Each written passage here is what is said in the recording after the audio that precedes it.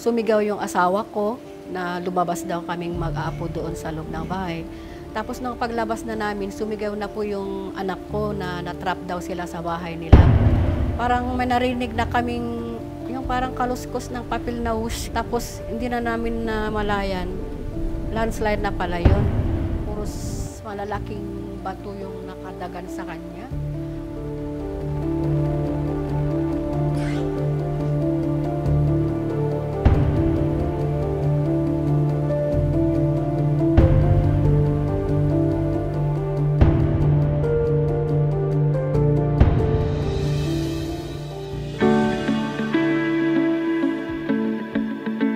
Isang mahamog, malamig at napakagandang umaga mula dito sa munisipalidad ng Itogon.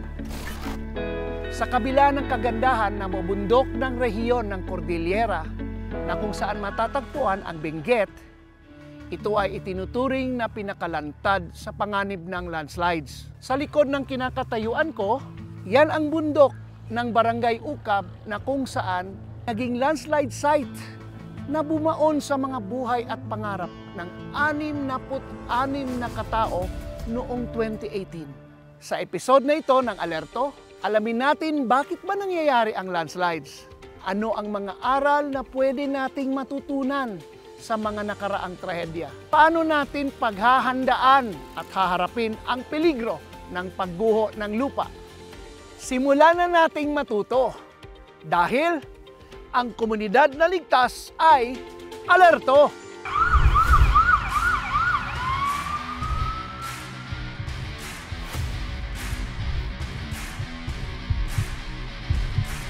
Ang paghahanda ay trabaho ng bawat sektor ng lipunan at ng pamilya.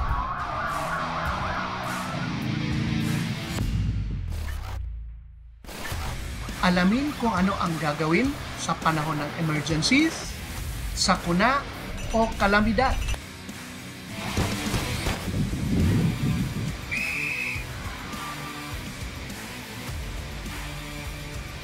Handa na ba kayong maging alerto?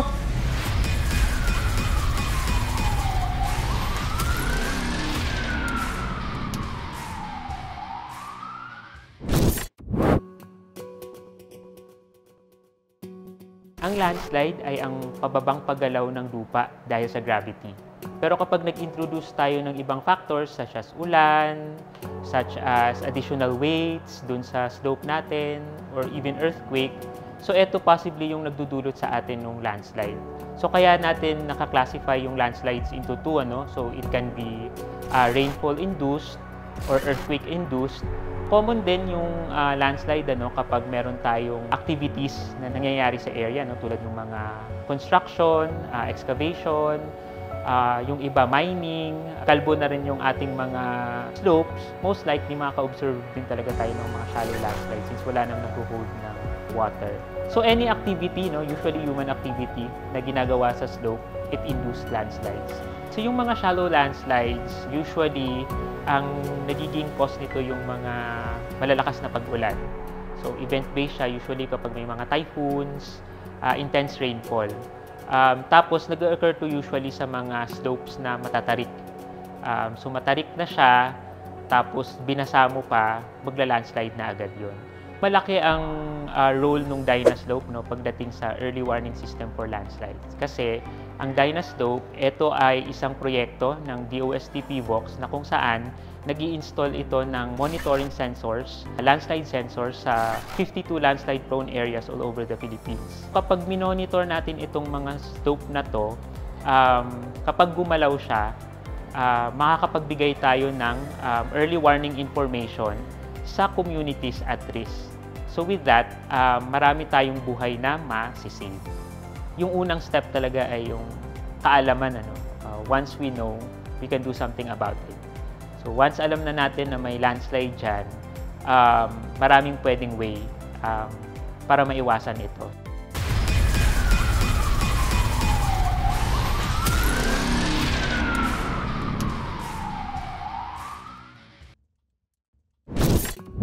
Noong July 27, 2023, dito sa Barangay Kumatdang ng Itogon, Benguet, sa katahimikan ng alas 7 ng gabi kung saan ang mag-anak na balak daw ay naghahanda para sa kanilang hapunan nang bigla ang gumuho ang lupa.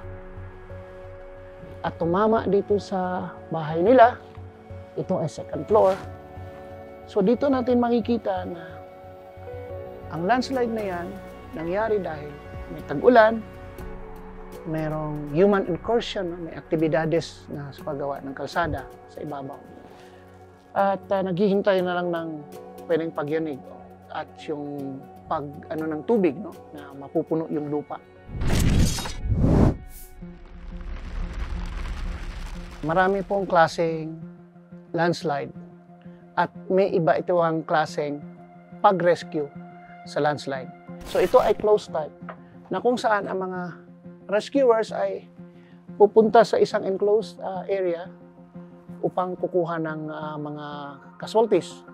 Yung open type naman ay kung saan may landslide pero yung mga casualties ay nasa ibabaw lang ng mga rubbles at saka debris.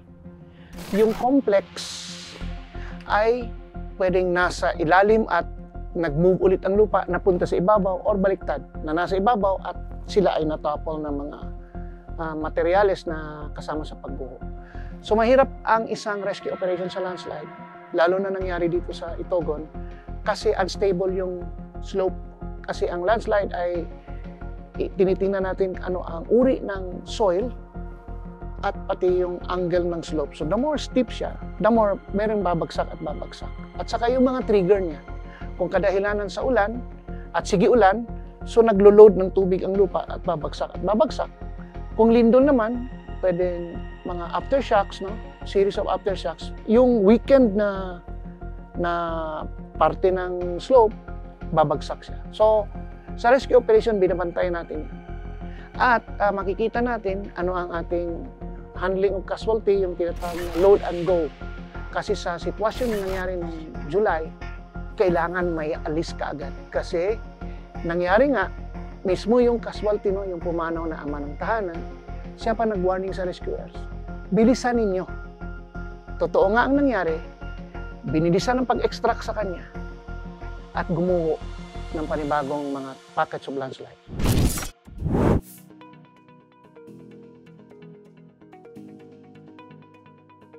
Sa landslide operation, kapag meron tayong definite na location ng ating pasyente, alalahanin natin yung mnemonic na last L, which means locate. Nasaan ba ang pasyente? Natabunan ba siya or nahakot ba siya pababa ng landslide?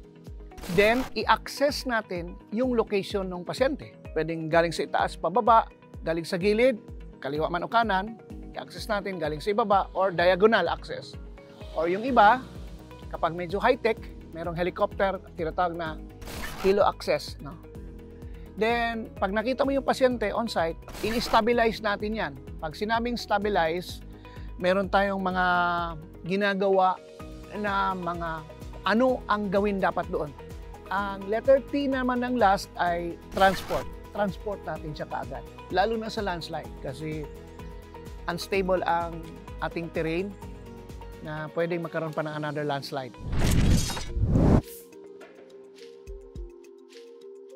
Kapag merong mga nakadagan sa isang casualty natin, no? Depende kung anong materyales, pwedeng semento, bakal, lupa, kahoy, kailangan natin i-stabilize. No? Kunwari, isang beam, naipit ang tao. Pag sinabing stabilize, kung hindi natin ma-lift up yan, pinuputol yan. Pag pinutol yan, pag bumitaw yan, dadagan sa pasyente. Pwede nating talian yung tinatawag na stabilization from up. Meron namang stabilization from below. Ano yon? Pwede tayong maglagay ng cribs, no? Yung mga pang kalang. Bago natin kunin ng pasyente, be sure yung kanyang extraction corridor ay nakastabilize left, right, upper, lower.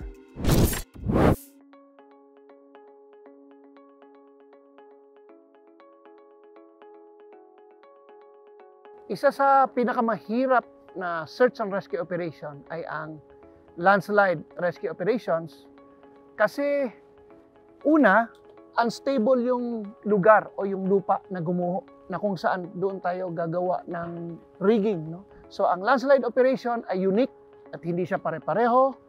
At may mga additional hazards pa, katulad na kung ito ay kadahilanan ng lindol, baka mayroong mga aftershocks na kung saan magkakaroon pa ng mga iilang mga landslides pa. O dahil sa ulan at nagre-rescue tayo, ay mahirap po na sitwasyon yon para sa ating mga responders.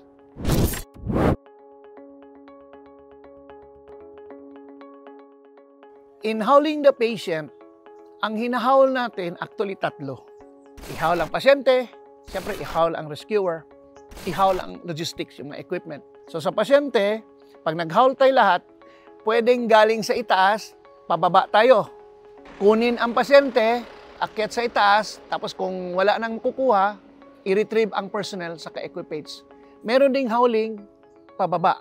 Ang kailangan, aakyat muna, access to the patient, gawa ka ng mga anchor points, no? Pwedeng makahanap ka ng natural anchor point or maggagawa ka ng artificial anchor point. So magre-rig tayo at ihahaul natin pababa safely ang pasyente na kasama yung rescuer. So pag natapos na lahat, mag-stand down, tatanggalin natin, we will haul down ang mga responders at pati yung mga logistics.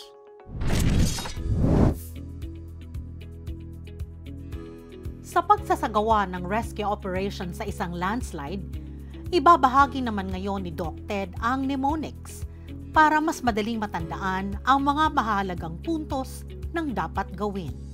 So kapag mayroong casualty, titingnan natin, una, age. Ang demarcation is 8 years old above, adult, 8 years old below, bata. Kung ang pasyente unconscious, paano natin malalaman ang edad? Sa paningin lang natin. Yung T, time minus. Nung tinamaan siya, meron tayong idea or matanong natin yung mga bystander o any claimants, relative man yan o kung sino, na anong oras siya na dali or natamaan or naging casualty. M is the mechanism of injury. For example, tinamaan ng landslide, nadaganan siya sa haba ng koridor ng pagbagsak ng lupa, malalaman natin ano ang kanyang mechanism of injury. I, ano yung injury? Nabali ba siya? Meron bang natuklap na tissue? May sugat, may gasgas, no? May deformity. Then yung S, ano ang signs? Nung nakita natin siya, anong sign? For example, meron nga siyang nabalian, no? Nahirapang huminga dahil may tumama sa dibdib. Yung symptoms naman, ano yung nirereklamo niya? Pwede siyang nasasaktan, na sinasabi niyang nasasaktan siya, or nahihilo siya, or minsan hindi na maayos ang pag-reply, no? Then yung T naman, ano yung ating treatment on the site? Pwede tayo mag-treat, at the same time, treat and transport. Kung unstable yung lugar, kailangan scoop and run. Alamin natin kung kaya niya mag-reply, anong allergy niya. Titingnan na natin sa gamot, pagkain, sa hayop, sa mga halaman. Ano ang mga medikasyon na iniinom niya? Malay natin, baka meron siyang maintenance medicine. Alamin natin, dalawa, past medical history. Baka yung pasyente na yan, naoperahan lang a week ago or nagkaroon ng vehicular accident months ago. Alamin natin. Isama natin sa ating pagkuha ng detalye ay last intake. Pwedeng liquid or solid. And then yung E, ano yung events leading to the injury?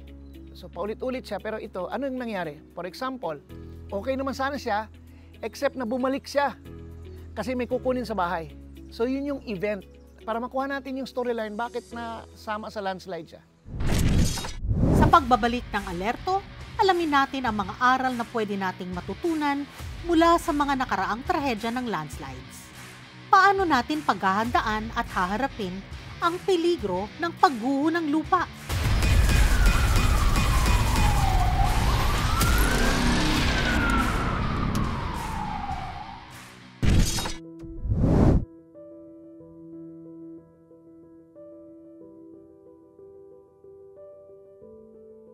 Isang pinakamalaking landslide na nangyari dito sa Itugon noong 2017 o 18 yun. Kulang-kulang na 100 namatay dahil sa bagyong Umpong.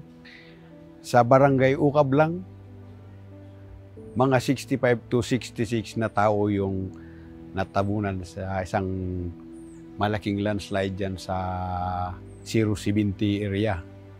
Ang mga landslide tragedies na nabanggit ay ilan lang sa taon-taong landslides na nangyayari sa Benguet. Ano ang mga aral na pwede nating matutunan mula sa mga mapapait na karanasang ito? Una, mahalagang makinig sa mga early warning signals na pinaparating ng mga otoridad. Kahit na walang typhoon, kung malakas ang ulan, wag na nating hintay na may magsasabi pa na umalis na kami doon kasi delikado. Common sense na lang po para at least naka-ensure po tayo na may iwasan yung mga aksidente. Pangalawa, sa pakikipagtulungan sa inyong local government unit or LGU at barangay, sama-samang maghanda bago pa man dumating ang kalamidad. Yung ginagawa namin po, may information po kami sa kanila. Kung alam namin may darating na bagyo, may information sa kanila na sana nga mag-evacuate na sila doon. At saka sa amin may mga evacuation center po kami na pwedeng patirahan sila. May mga tent naman dyan. At saka yung mga disaster preparedness para sa pagkain, may nakaimbak dito sa office namin. At saka may nakalagay na dyan sa pinakamalapit sa mga landslide na kwan. May reserve kami dyan sa taas na kwan, mga bigas. Pag mayroon ng bagyo na parating, nagwa-warning lang kami sa mga tao. Natuto naman sila pag alam nilang delikado, pumupunta mismo sa evacuation center. Pangatlo, may payo din si Cyril sa mga nagtatayo ng bahay sa matataas na lugar tulad ng Benguet. Yung mga nagpapatayo ng mga bahay, huwag kayo kasing mag-extend ng kung hindi din bilap, ini-excavate. So, dapat wala nang ganyan. Kung ano na yung postura ng bundok, i-remedyo mo na lang yung bahay mo, huwag mo na siyang hukayin. Pang-apat, sumunod sa mga housing regulations ng pamahalaan para di mapahamak sa trahedya. Bago kami magbigay ng building permit sa mga taong magpapatayo ng bahay, kailangan na in-require namin yung MGB clearance para sila po mag-certify na yung patatayuan ng bahay talagang permanente yun at saka stable na patiraan ng palagyan ng bahay. At panglima, mahalin at pangalagaan natin ang kalikasan. Pag na nating sirain yung mga kung anong mga puno na tumubo dyan at saka iwasan natin yung mga pag-excavate doon sa mga bundok na hindi naman natin kayang i-develop para wala tayong nakikitang parang risk kung natapos na yung project. Iwasan na natin yung mga pagputol sa mga kahoy. May advice ko sa kanila, yung mga kababayan na nagtatrabaho po, sana tignan natin yung environment. Hindi lang yung hanap buhay natin yung nasa isip natin, pero tignan natin kung ikapabuti yung environment natin para may maabutan ng mga anak pa natin, apo natin, na matirahan. Maraming salamat sa local government ng Itogon dahil sa pag-alalay sa amin, lalo na yung mga staff ng ating Disaster Risk Reduction and Management Office, pati ng ating Bureau of Fire Protection sa Itogon. At nagpapasalamat po kami kay Sister Feli sa pagbabahagi sa amin ng kanyang kwento kahit na alam kong masakit pa rin sa kanya dahil sa pagkawala ng kanyang kabiyak na si Derek. Si Derek ay nagbuwis ng buhay habang nililigtas niya ang anak at manugang niya noong landslide na nangyari last July 2023. Si Derek naman ay miyembro ng ating BPAT, yung local responder natin dito. Pero habang nililigtas niya ang buhay ng iba, buhay pala niya ang kapalit. Siya pala yung sinasabi sa Biblia, "Greater love hath no man than this, that a man, Derek, ibinigay ang buhay para sa iba." Abangan ang mga susunod pa naming episode sa Alerto. Matuto sa mga aral ng nakalipas na sakuna. Maging handa. Dahil ang komunidad na ligtas ay Alerto!